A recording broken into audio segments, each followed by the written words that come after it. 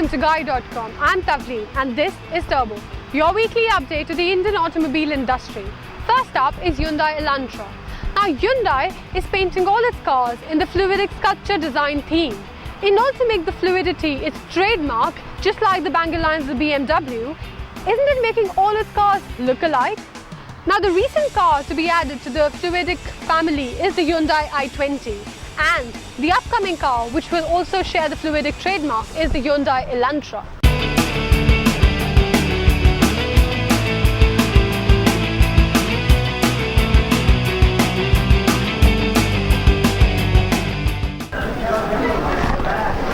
You clearly got to have an eye for detail if you got to make a Verna from an Elantra. My mom won't be able to, and incidentally, she's the one making all the car buying decisions at home. But if you're buying an Elantra, chances are that you're going to be chauffeured around, and this is where you're going to be. So there are the ventilated seats, audio controls on the rear armrest, which is first in segment, and the rear AC vents. But since the car I am in is an automatic diesel iteration, so the probability of you being there behind the wheel are much higher. So let's check out. The waterfall dashboard, the central console, the ergonomics, the chunky steering wheel, all that feels so much like the Verna that it's almost like the same set of designers have designed the Elantra as the Verna, and they've probably not even taken breaks in between, so done it all at a stretch. Now priced at 12.51 for a start for petrol and 12.91 for diesel, the prices are extremely competitive, and it is competing with the likes of the plain Jane Volkswagen Jetta, the Chevrolet Cruze and Honda Civic, to name a few. Well, this car clearly gets an edge, the fluidic edge. Well, it's now time Renault threw a big bash for its internal strategists and pricing experts. Because officially launched on 4th of July, the Renault Duster has hit a booking mark of 10,000 units. The car for unstoppable India has seen unprecedented success for itself. So what has caused people to go all out and express their love for it? This is what we think. The Duster is different. It is a step in an uncharted territory of affordable SUVs. It gets ticks in all the right check boxes. Flared wheel arches, check. Chrome on the face, check. Muscular body, check. Generous space, check. The right D. The Duster goes and snugly fits itself in the right segment. It is head-on in rivalry against the Safari and Scorpio, both of which have gone old and have lost their charm.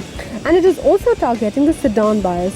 Now, generically, a good-looking SUV with a feel of size to it stands a better chance against a sedan. Dramatic. Apart from the X factor, you can be drooling over its spot-on pricing strategy. Do you know, we're losing about 13 lives every hour. The condition of roads is going from bad to worse. They're host to everything mobile, even the sluggish cows and four legs for that matter.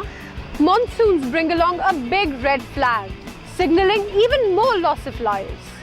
Pothole tarmac, mud, slush, stagnant water are such common sights that it's almost hard to imagine India without it now.